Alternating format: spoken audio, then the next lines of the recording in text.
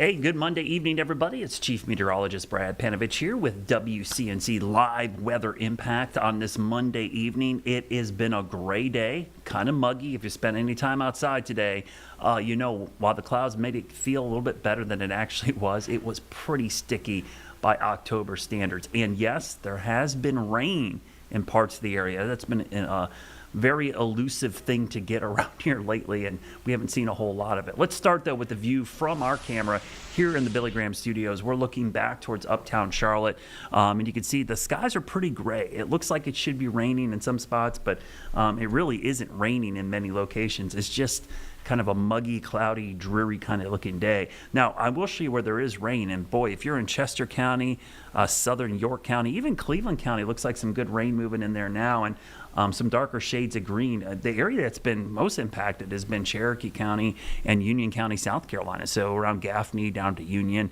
But yeah, over towards Boiling Springs, some rain falling.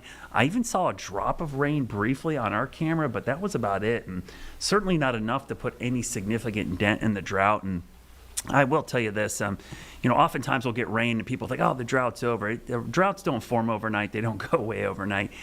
You need normal rain, and then you need above normal rain to get out of a drought. So it's kind of like being malnourished, and just because you're eating right now, it doesn't mean all of a sudden you're not malnourished. You still need to sustain that for a while. Now, something else to note today, not that we'll see the sunset, 7:01 p.m. sunset tonight. That is the last 7 p.m. or later sunset until next April.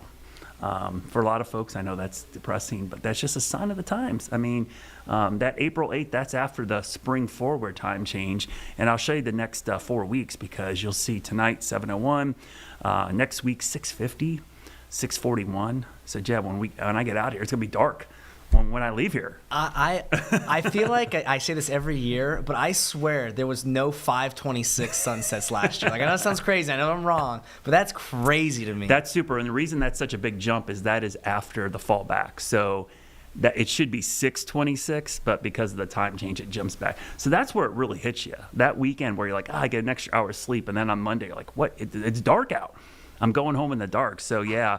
That's the depressing part for me, is like when you leave here and it's dark. And for some folks, you go to work and it's dark, and you come home and it's dark. So it's a tough time of year, but for folks that work like 9 to 5s, because sometimes that's the only daylight hours. But that's just, it happens every year. So that's just kind of what we are right now. And I didn't mean to start off the show with that depressing thing, but I'll start with some better news. And Tim and I are going to talk about this. Tonight is the full harvest moon, and I'm going to go on a whole rant about supermoons, which are fake. No, they're not fake, but it's just a made up name. We'll talk about what that actually means. But what's really interesting to me, and this is a cool fact. So the harvest moon isn't always in October. Here's the cool thing about the harvest moon. The harvest moon is always declared the full moon closest to the autumnal equinox. So sometimes the full moon in late September is closer to that equinox on the 22nd than in October. So there's times where the harvest moon could actually be in late September. But it gets that name because it was kind of said that farmers would use the full moon light to finish up the fall harvest, which, if you think about it, typically is late September, early October, especially for northern climates, maybe not so much down this way. But what's interesting, if the harvest moon did happen in September, this moon would actually be called the full hunter's moon, because this is a time of year, if you're a hunter, you know, we're getting geared up for hunting season. A lot of, not deer season's coming up here as the rut gets going.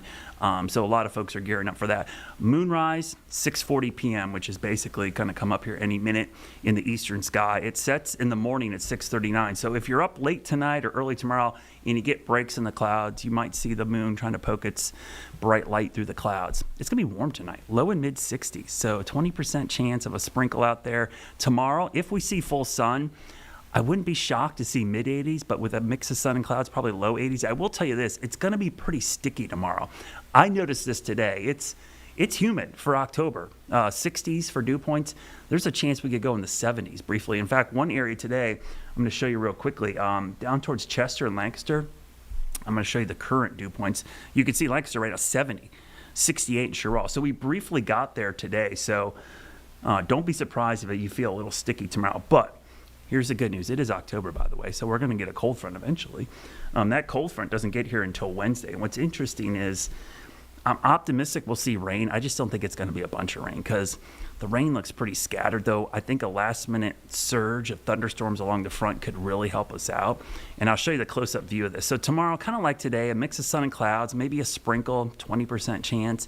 Wednesday, some showers develop in the morning, but look what happens in the afternoon. The sun comes out, that front right there, maybe a cluster of thunderstorms. So on Wednesday, during our show here, we might be talking about some thunderstorms moving through. They're not going to be strong or severe, but it's always weird when you hear thunder in the fall, but we could see that coming up on Wednesday. Now, rainfall amounts, this is where it gets a little depressing, because some folks get super lucky. There could be a few spots over an inch, but there's a lot of folks that could get nothing out of this. Remember, just an inch per week is what you need to maintain normal rainfall. We need above that because we've been so dry. Tim's talking about this right now. I'm going to talk about this with him a little bit. We could have a weekend nor'easter. And why is this important for all our viewers and listeners out on the coast? We have king tides this week, and we'll get into that. That has a lot to do with the full moon and what it's called perigee, when it's closest to the earth. That actually happens on Wednesday. So this whole week, tides are running astronomically high. You throw a nor'easter in there with strong onshore flow, you're going to see some more houses, I think, come down in the Outer Banks, and likely some beach erosion. And eventually that could bring us some clouds and showers. Fall color, boy, if you're in the mountains this weekend, I saw some great pictures from the Blue Ridge Parkway this weekend. We're now at peak color above 4,500 feet. Those spots over towards the graveyards, Mount Mitchell, Grandfather Mountain, Roan Mountain, those areas are starting to see really good color. So this week is likely going to be peak color. there's really no bad weekend to go to the mountains. Any weekend in the next 3 or 4 weekends, you're going to find good color. But if you want the peak color at the highest elevations, this might be the last week for that. But the Blue Ridge Parkway should be good the next couple of weekends. And just to give you an idea, kind of that 3,500 feet is a good spot to be this weekend and next weekend. But the tops of these mountains are likely going to start losing leaves in another week or so. Your Jerry Hunt Supercenter 7-day forecast, I'm going to call it kind of warm and humid the next couple of days. Low 80s for your Tuesday, Wednesday. Yes, some thunderstorms, but look at Thursday, Friday. Pumpkin spice fans, those are going to be your days right there, because we're upper 60s and you're 70 with sunshine. Morning lows could briefly get into the 40s. But here's the thing. I don't see any big blasts of cool air. Seen a lot of hubbub on social media, people trying to talk up cold blast and snow already. There's no signs of it, at least for us. If anything, it looks warmer than average in the long range. This is our 10-day forecast. You could see going into next week, another warm-up back into the low 80s. And just to reiterate that, I'll show you the whole country, because you'll see this stuff on social media, be like, there's cold air coming.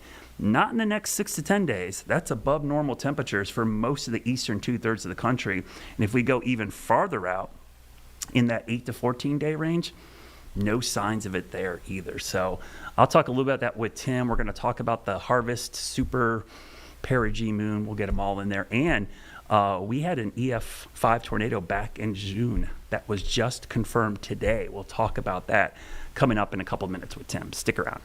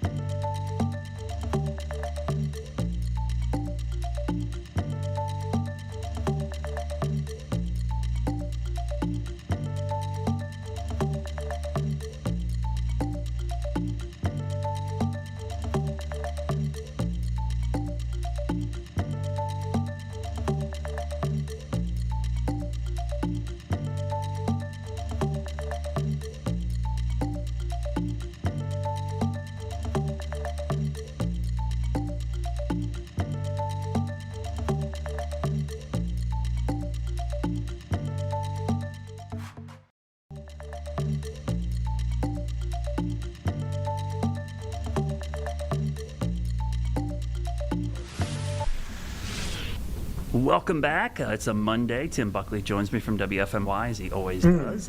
Tim, how you doing on this Monday? Kind of a gloomy day down here in the Charlotte area. How you guys doing up there?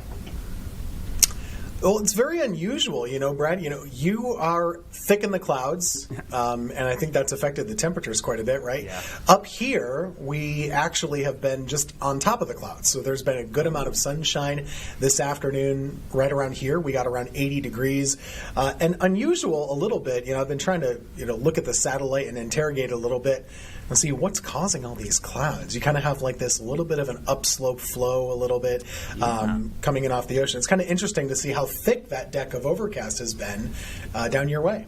Yeah, I know. We've had a few showers, kind of surprising. I mean, we thought we'd see a couple south, but they got pretty close to us today.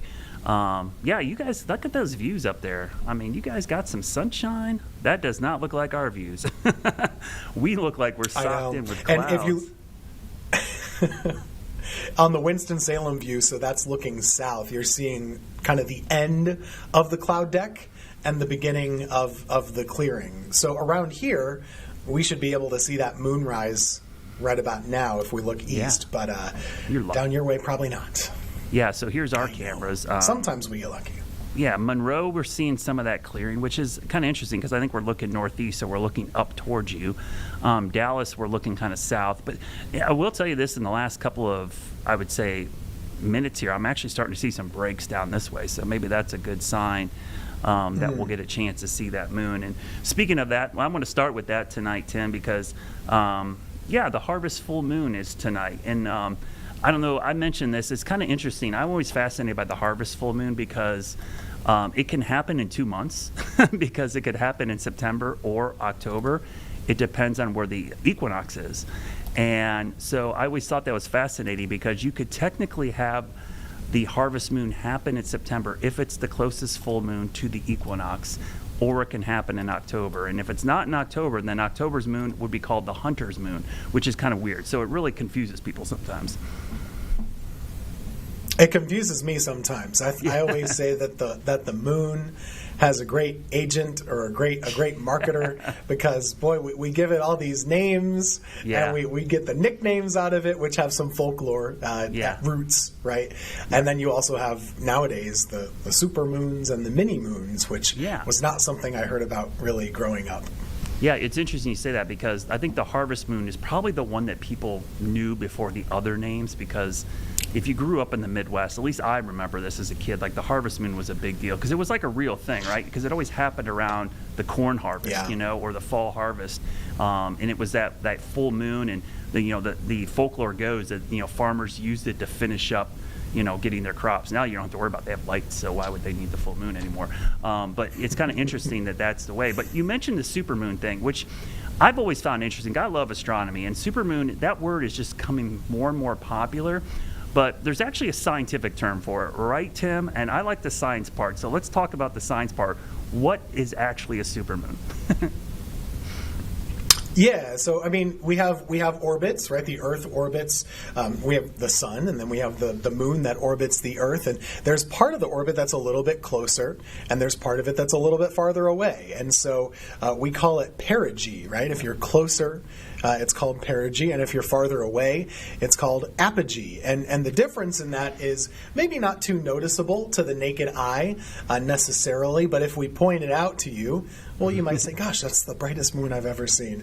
But in this case, we are closer to the perigee part of things. And so this moon, I believe, and in fact, I guess it's technically considered still to be super next month in November, as far as I could tell as well. But it's not terribly different in terms of brightness or size. It's only about 7 to 10% larger than kind of the middle ground and about 15% brighter, perhaps. But I always say it's a good way to raise awareness about checking out that full moon in the sky, because it really is beautiful. Anytime you look at a full moon, it should be beautiful. And if you miss it tonight, you should have another chance coming up about a month from now, coming up on November 5th. Yeah, and what's really interesting, too, is the full moon is always considered the supermoon, which is the perigee. But in reality, the orbit that is closest to the Earth is actually coming up on Wednesday. That's what they call the lunar perigee, where the moon is actually the closest. And it's also why, Tim, and I know you talked about the nor'easter, I mentioned that as well, we have king tides this week because of not only the full moon, but that perigee is going to happen on Wednesday. So you got a full week of astronomical high tides, which is keeping the water levels really high along the coast. I already saw some coastal flood watches and advisories up, and we're going to have possibly this nor'easter. So this is all going to play into probably some flooding issues in some parts of our coastal communities. Yeah, they've had a really bad go of it, haven't they? It's been not a ton of hurricanes or anything, but there's just been a lot of different types of weather that give our coast fits, and there's not a lot of room for error nowadays. The way the water is, and the way that the beaches are so fragile, that onshore flow persistent for several days, and like you said, with the lunar cycle right now being whenever you're at a full moon or a new moon, they have those highest and lowest tides. So it seems to be an issue. I don't know what to make of this coastal low right now, but it seems like unavoidable that there will be at least some impacts of gusty winds and certainly amount of rain and probably some more erosion problems as well, especially for the Outer Banks. We'll have to work out the details. Yeah, it seems like even if it doesn't become a strong low, Tim, like you said, we mentioned this last week, it seems this northeast flow in general has just been a bad setup. That's right. For beach erosion. So even without the low being that strong, that's probably going to be pretty persistent because we have a high coming down with cooler weather. And speaking of that, I mean, let's briefly talk about this cool down later this week. We know we have this front coming in on Wednesday. I was hoping for more rain. I'm not super optimistic it's going to be a ton of rain. It's going to be pretty scattered, but I think the bigger story will be a pretty significant cool down for a couple of days at the end of the week. We're forecasting some 40s for lows, maybe some 60s for highs, but we might see some widespread frost conditions in the mountains for the first time this season. Definitely the coolest weather overall of the season. And briefly, I guess, just for a couple of days. But if you're looking for that, you got a tease of it last week. I think Thursday, Friday, Saturday will be a little bit better probably. And if you love fall, what do you prefer? Do you want those 40s in the mornings? That's pretty nice. Yeah. Or do you want the 60s in the afternoon with full sun? That's kind of hard to do. Yeah. So I think that'll feel pretty nice too. That'll have a really cool feel for the afternoon. And we might actually have a bit of a breeze going on most of these days, because if you're starting to develop low pressure offshore and you have high pressure to the north, those are the days, Brad, that I don't know about you. I get those messages coming in. Where's this wind coming from when it's sunny? It'll be a pressure gradient wind, right? Yep, we're getting into the wind season. You know, it's funny how all summer we forget the wind blows because it really doesn't. And then we get into this time of year where pressure gradient becomes more of an issue, and we do have these really windy afternoons. I did want to give a quick update. I know you love looking at the fall color as well, and I don't know if you saw some of the pictures coming from some of the photographers in the mountains. There was some pretty good color this weekend, especially along the Blue Ridge Parkway, and I think we're starting to see peak color getting close to 4,500 feet and above, though I do think it's been kind of, the warm weather has kind of stretched this out a little bit, Tim.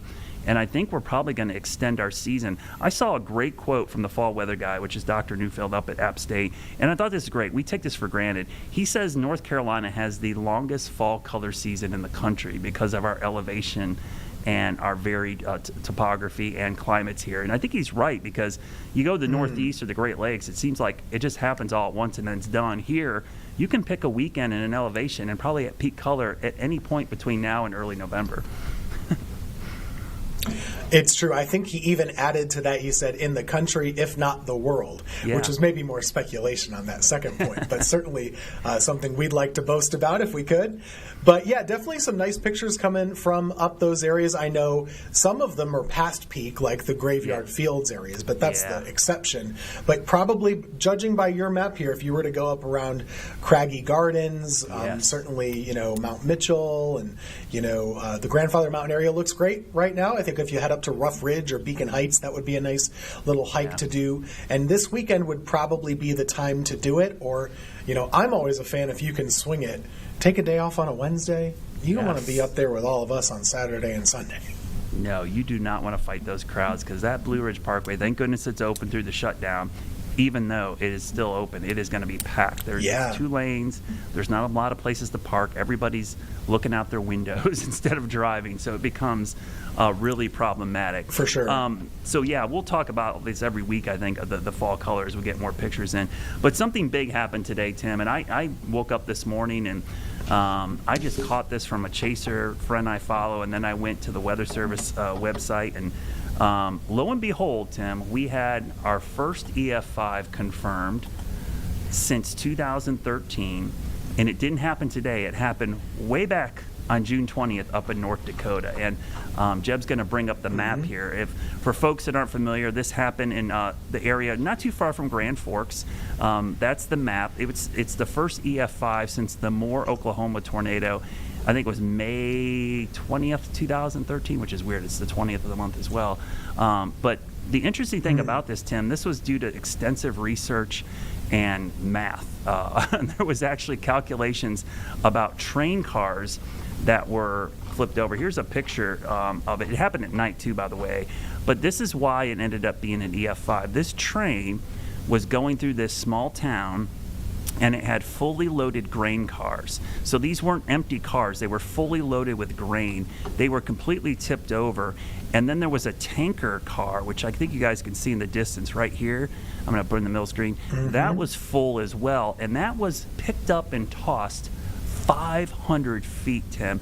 And Tim Marshall, who is a great engineer, he actually calculated the wind speed it would take to lift that, and it was like 237 miles per hour, even though the storm, I think, got rated for 210. But it's pretty amazing to see the level of research and work that they did to finally confirm this EF5. It's so amazing, to see, and we're in a way, it's super tragic that the train was there, right? But what we're able to know whenever a tornado, it's much harder to rate a tornado that goes through and doesn't hit much, because the way that we learn about it is to know, hey, how high would the winds have to be to do that? And you can figure that out from math. You can do it with structures. It's like the three little pigs. You can do a straw and a brick. What's the difference between knocking down those homes? And you can rate it accordingly. In this case, the train was helpful to determine that effect. They also noticed some effects to the trees, of many of which were torn down, of course. But the ones that remain, they mentioned a bit of a debarking and a sandpapering effect. Isn't that interesting? Just kind of stripping the trees completely of their bark. It's just kind of astounding. You don't have too many trees out there either, so it's pretty interesting. Yeah, and I think it's somewhat controversial in the chasing community, because now we've got video and we have Doppler on wheels, and people want to use those type of indicators for rating these. But the Weather Service is very diligent. They need damage indicators, as you mentioned, Tim. And you're right. When tornadoes are in open areas and there's nothing for them to hit, that's good. But it also doesn't allow us to rate them correctly, because if that, like you said, that train wasn't there, we wouldn't have known it was probably that strong. Or if you don't have trees to debark or put that sandpaper effect on, you wouldn't know. Here's the calculation. So I'll give full credit to Dr. Tim Marshall. This is the calculation, Tim, that he put in there. So he said that tanker car, fully loaded, weighed 218,000 pounds. So that would have taken a 205 mile per hour wind. The grain cars full weighed something on the order, almost 700,000 pounds. I mean, it's crazy. So it took a 238 mile per hour wind.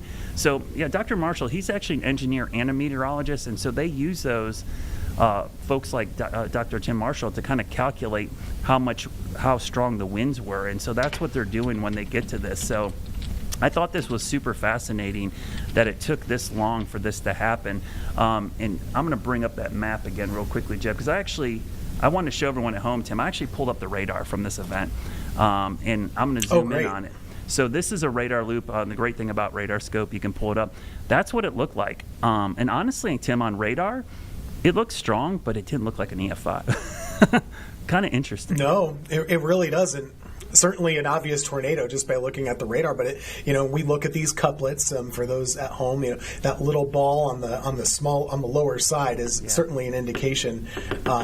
There's that couplet right there where Brad's pointing it out. So but like you said, it's not So it's not a home run with terms of the strongest tornado in a decade, but the proof is in the damage, and that's why we prefer those damage reports on the ground instead. But Tim, you'll appreciate this was the overall view. Look at these storms that were in eastern North Dakota that night. There was a huge MCS, and look at that MCV, which is a mesoscale vorticity low. I mean, so these were supercells that were ahead of an MCS, which is just the whole night. It's a really interesting setup. And North Dakota, by the way, had a very active year for tornadoes. I think they set a state record for the number of tornadoes in the state. So for them to have an EF5. But what's interesting, Tim, is this is the first EF5 in the U.S. since 2013. And I think a lot of people probably think there's a lot more EF5s than there are. They're pretty rare, right? Like it's only like less than 1% of all tornadoes get to this level. But I think people just think they happen all the time. They are rare events. At this point, Brad, they're Category 5 hurricanes are much more common than the F5 tornadoes happen to be. It is scary. I was just looking it up. I was curious, has North Dakota ever had an F5 or an EF5 before? It looks like they've had one. in their history. That was back in 1957 in the Fargo area. And for our viewers here, North Carolina, knock on some wood, but we have not recorded one. To our knowledge, in history, we've had a number of F4s, but not any F5s or EF5s. Yeah, that same goes for South Carolina, which is crazy because in Ohio, where I grew up, I think we've had 3 EF5 tornadoes in our state. Most famous being the Xenia tornado, and then one on the Pennsylvania-North Carolina border, which I remember, the Niles tornado, I think they call it.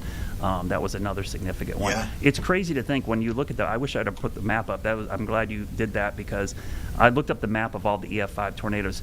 There's been EF5 tornadoes in Massachusetts, Michigan, Wisconsin, areas that you don't normally think you would see EF5s. They've been pretty spread out across the country, Tim. And I wouldn't say that there's anything physically that's, a cap on our North Carolina, South Carolina potential per se. I mean, if you can get them in Massachusetts or in Western Pennsylvania, you could get one here. We certainly hope that we don't, but it could happen. We know tornado season can be bad. I actually think we've been pretty fortunate, Brad, the last couple of years, the past couple of springs around here to not have more, but always good to be ready, and this is interesting stuff. Yeah, well, fascinating. Well, thanks for tuning in, everybody, tonight. Stick around. We've got more WCNC Plus and WFMY Plus coming up in minutes.